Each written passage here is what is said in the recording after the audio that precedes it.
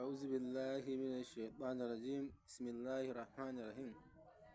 ‘Yan uwa, yau sirrin namu sirri ne akan kowane irin ciwo da ya damu fata. ‘Yan uwa, wannan da kuke gani kunkuru ne aka cire kansa.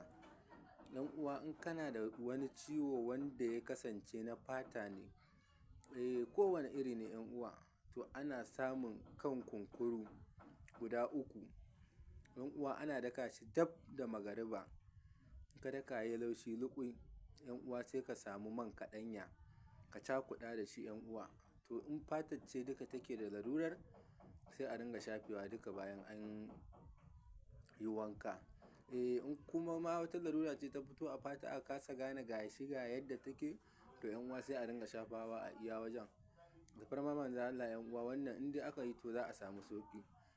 Iya wannan abubuwan guda biyu ake nema.